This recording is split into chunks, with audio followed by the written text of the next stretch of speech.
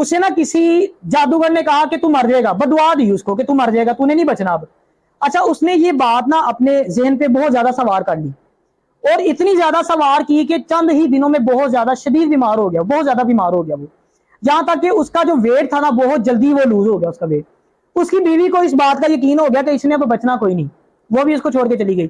اچھا اب اتنا بیمار ہوا کہ ڈاکٹر کے پاس جانا پڑ گیا اس کو. ڈاکٹر کے پاس گیا نا, اس نے جا کے ڈاکٹر کو ساری بات بتائی, حقیقت بتا رہا ہوں میں آپ کو, سچا واقعہ بتا رہا ہوں.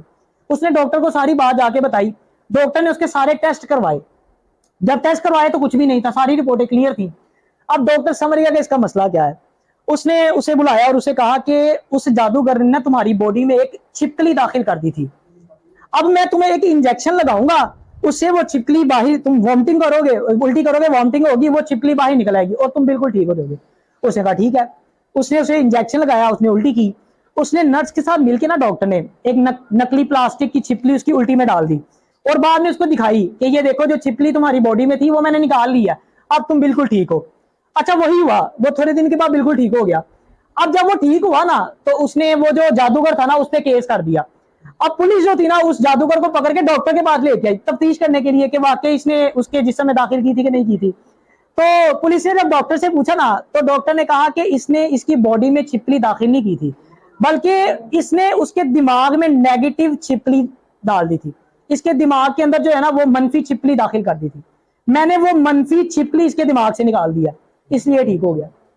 یہی وجہ, یہی کام ہمارے ساتھ ہوتا ہے. کچھ لوگ ایسے ہوتے ہیں جن سے ہماری کامیابی نہیں دیکھی جاتی, جن سے ہماری ترقی نہیں دیکھی جاتی. جب بھی آپ تھوڑا سا کامیاب ہونے لگیں گے وہ آپ کے دماغ میں منفی چھپکلی ایڈ کر دیں گے, وہ کہیں گے تو نہیں کر سکتا, اور ہم بھی سمجھتے ہیں کہ واقعی ہم نہیں کر سکتے. مجھے ایک بات بتائیں کہ دوڑنے میں شیر کی رفتار زیادہ تیز ہے یا ہرن کی؟ ہرن کی جو بھاگنے کی رفتار ہے نا وہ تقریباً 90 کلومیٹر فی گھنٹہ ہے, اور شیر کی میکسیمم رفتار 58 کلومیٹر فی گھنٹہ ہے. اتنے گیپ کے باوجود شیر ہرن کا شکار کر لیتا. جانتے ہیں کیوں؟ ہرن کی منفی سوچ کی وجہ سے. ہرن کے دماغ میں ہوتا ہے کہ یہ میرا شکار کر لے گا, حالانکہ اس کی رفتار تیز ہے. آپ نہ کبھی نیشنل جیوگرافک پہ دیکھیں, جب شیر ہرن کے پیچھے بھاگ رہا ہوتا ہے نا تو ہرن پیچھے مڑ مڑ کے دیکھتا ہے, وہ دیکھتا ہے کہ کتنا قریب پہنچ گیا شیر. اب یہ جو پیچھے مڑ کے دیکھتے ہیں نا, یہ بار بار مڑنے کی وجہ سے اس کی رفتار کم ہو جاتی ہے, جس کی وجہ سے شیر اس کا شکار کر لیتا ہے. ہم بالکل اسی طرح کرتے ہیں. ہم لوگ پیچھے مڑ مڑ کے ان لوگوں کی باتوں کو یاد کرتے ہیں, ان لوگوں کو دیکھتے ہیں جو لوگ کہتے ہیں تو نہیں کر سکتا, تو نہیں کر سکتا, تیرے پاس کی بات نہیں ہے, اور ہماری رفتار کم ہو جاتی ہے اور ہم ناکام ہو جاتے ہیں. ہم بھی شکار ہو جاتے ہیں, ناکامی کا شکار ہو جاتے ہیں, جیسے ہرن شیر کا شکار ہو جاتی ہے. تو نیگیٹو تھنکنگ سے بھی بچنا ہے, نیگیٹو لوگوں سے بھی بچنا ہے اگر آپ نے کامیاب ہونا ہے. اچھا ایک لاسٹ پوائنٹ جو سب سے, میں اس کو سب سے امپورٹنٹ سمجھتا ہوں, آج کے نوجوان کی ناکامی کی ایک بہت بڑی وجہ جو ہے نا وہ دین سے دوری ہے. آج کا جو نوجوان ہے نا وہ کہتا ہے جی دین کی بات نہ کرو, اس کے علاوہ کوئی بات کرو. آج کا نوجوان لبرلزم کا قائل ہے. یہ پچھلے ہفتے کی بات میں آپ کو بتانے لگوں, میرے خیال ہے سنڈے کی بات ہے. میرا ایک دوست ہے, اس نے نا یوٹیوب چینل بنایا ہوا ہے, تو وہ لنک وغیرہ شیئر کرتا رہتا ہے ویڈیوز کی. وہ بیسیکلی وی لاگنگ اور ڈفرینٹ لوگوں کے انٹرویوز وغیرہ لے لیے, اس طرح کی ویڈیوز بناتا ہے. تو 2-3 دن ہو گئے تھے, وہ جو ویڈیو سینڈ کر رہا تھا نا اس پہ جو تھمبنیل لگا ہوا تھا وہ بڑا ہی بےہودہ قسم کے تھمبنیل تھے. سمجھ لیں اس نے ایک ویڈیو بنائی تھی کسی سٹیج ڈرامے کے حوالے سے, میں ٹاپک ڈسکس نہیں کرتا. اس نے اس کے اوپر تھمبنیل جو لگایا تھا, آپ خود ہی سمجھے سٹیج آرٹسٹ جو ہوتی ہے اس کی کیسی پکچرائزیشن ہوتی ہے, وہ بڑا ہی بےہودہ قسم کا تھمبنیل 2 دن اس نے سینڈ کیا نا, تو مجھ سے برداشت نہ ہوا. میں نے کہا یار اس کو, اس سے نا ڈسکشن تھوڑی سی کرنی چاہیے. میں نے سنڈے کو فری تھا, میں نے اس کو میسج کیا, میں نے کہا آپ صاحب فری ہوں گے نا تو ذرا میری بات سنیے گا. اس نے نا اس نے مجھے کال کی, تو میں نے اسے کہا کہ آپ صاحب یہ جو آپ 2-3 دن سے ویڈیو سینڈ کر رہے ہیں نا اس پہ جو تھمبنیل لگا ہوا ہے یار یہ کوئی مناسب تھمبنیل نہیں ہے. میں نے اس کو کہا کہ جیسے صدقہ جاریہ ہوتا ہے نا, ثواب جاریہ ہوتا ہے ایک, ویسے گناہ جاریہ بھی ہوتا ہے. دیکھیں آپ نے ویڈیو بنائی, آپ نے شیئر کر دی, اب وہ جتنے لوگ دیکھ گئے نا اس کا گناہ آپ کے سر بھی ہے. اچھا آپ مر گئے, قبر میں چلے گئے, پھر بھی جہاں تک پہنچی ہے اس کا گناہ پھر بھی آپ کے کھاتے میں ہے. صدقہ جاریہ نا, آپ کولر لگا دیتے ہیں مسجد میں, پنکھا لگا دیتے ہیں, ہوا چلتی رہتی ہے, لوگوں کو ہوا ملتی ہے, آپ کو ثواب ملتا رہتا ہے, یہ صدقہ جاریہ ہوتا ہے. اسی طرح گناہ جاریہ ہوتا ہے. اس نے آگے سے جواب لگے دیا, وہ کہتا چھڈو حافظ صاحب لوگ یہی دیکھنا چاہتے ہیں. اس نے کہا ویسے ویوز نہیں آتے, یہ تھمبنیل لگایا نا تو میرے 1.2 پہ یا 1.5 بتاتا کہتا ویوز چلے گئے. اب دیکھیں ہم لوگ نا یہ نہیں دیکھتے کہ اللہ ہم سے کیا چاہتا ہے, ہم لوگ یہ دیکھتے کہ لوگ ہم سے کیا چاہتے ہیں. ہم لوگ ویوز کے چکر میں ایسی ایسی ویڈیوز بناتے کہ صرف ویوز مل جائے, 4 پیسے مل جائے ہمیں. ایک مسلمان کو جب بھی عزت ملی ہے نا وہ دین کی وجہ سے ہی ملی ہے، اور ایک مسلمان جب بھی ذلیل ہوا ہے نا وہ دین سے دور ہونے کی وجہ سے ہی ذلیل ہوا ہے۔ وہ معزز تھے زمانے میں مسلمان ہو کر، وہ معزز تھے زمانے میں مسلمان ہو کر، تم خار ہوئے تاریخ قرآن ہو کر۔ آگے وہ شاعر کہتا نا کہ درس قرآن اگر ہم نے نہ بلایا ہوتا، درس قرآن اگر ہم نے نہ بلایا ہوتا، زمانے نے یہ زمانہ نہ دکھایا ہوتا۔ آپ دیکھ لیں آج ہمارا کیا حال ہے، ہمارے گھروں میں قرآن پاک کو ہم نے گلاف میں سجا کے اوپر رکھا ہوا ہے، اس پہ ڈسٹ پڑ رہی ہے، ٹی وی پہ ہم مکھی نہیں بیٹھنے دیتے، اس پہ ہم ڈسٹ نہیں پڑنے دیتے، قرآن پڑھا ہے وہاں پہ، اس کی کوئی پرواہ نہیں ہمیں۔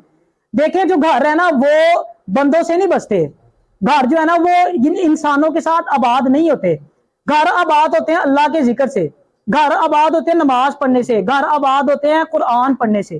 ہم سمجھتے ہیں کہ بندوں سے جو ہے وہ گھر آباد ہوتے ہیں۔ نبی علیہ الصلوۃ والسلام کی ایک حدیث پاک کا مفہوم ہے کہ ان قریب نا جو مسلمان ہیں، ان قریب جو کفار کی جتنے بھی قومیں ہیں نا وہ مسلمانوں کے اوپر ٹوٹ پڑیں گی، اور ایسے ٹوٹیں گی جیسے بھوکے کھانے کے اوپر ٹوٹتے ہیں۔ صحابہ نے عرض کی کہ پیارے آقا کیا اس وقت مسلمانوں کی تعداد تھوڑی ہوگی؟ آپ نے فرمایا تعداد تھوڑی نہیں ہوگی، تعداد تو بہت زیادہ ہوگی ان کی۔ پھر پوچھا کہ کیا وجہ ہے، کس وجہ سے جو ہے وہ ہمارے پر غالب آ جائیں گے؟ آپ نے فرمایا کہ تمہارے دلوں میں کمزوری پیدا کر دی جائے گی، تمہارے دلوں میں کفار کا خوف، ان کا رعب جو ہے نا وہ ڈال دیا جائے گا۔ صحابہ نے عرض کی اس کی کیا وجہ ہے، کیوں ہمارے دلوں میں کفار کا خوف پیدا ہو جائے گا؟ تو نبی علیہ الصلوۃ والسلام نے ارشاد فرمایا کہ تمہارے دلوں میں دنیا کی محبت پیدا ہو جائے گی اور موت سے ڈر خوف پیدا ہو جائے گا۔ آج دیکھ لیں جہاد کی بات کی جائے نا تو مسلمان کیسے ڈر جاتا ہے۔ یہ اکثر اسٹوڈنٹ آ کے کہتے ہیں نا کہ سر ہمیں لگتا ہے کہ ہماری قسمت جو ہے نا وہ الٹی ہو گئی ہے، ہم جو بھی کام کرتے ہیں نا وہ الٹ ہو جاتا ہے، ہم کوئی بھی ٹیسٹ دیتے ہیں نا تو اس ٹیسٹ میں جو ہے وہ ہم فیل ہو جاتے ہیں۔ آج میں آپ کو نا ناکامی کو کامیابی میں بدلنے کا ایک طریقہ بتاؤں گا۔ آپ نے اسٹیمپ دیکھی ہے، اسٹیمپ تو جب میں اس کو ایسے رکھوں اسٹیمپ وہ الٹی ہوتی ہے، وہ سیدھی کیسے ہوتی ہے؟ جب میں اس کو جھکا کر نیچے لگاتا ہوں تو وہ سیدھی ہو جاتی ہے۔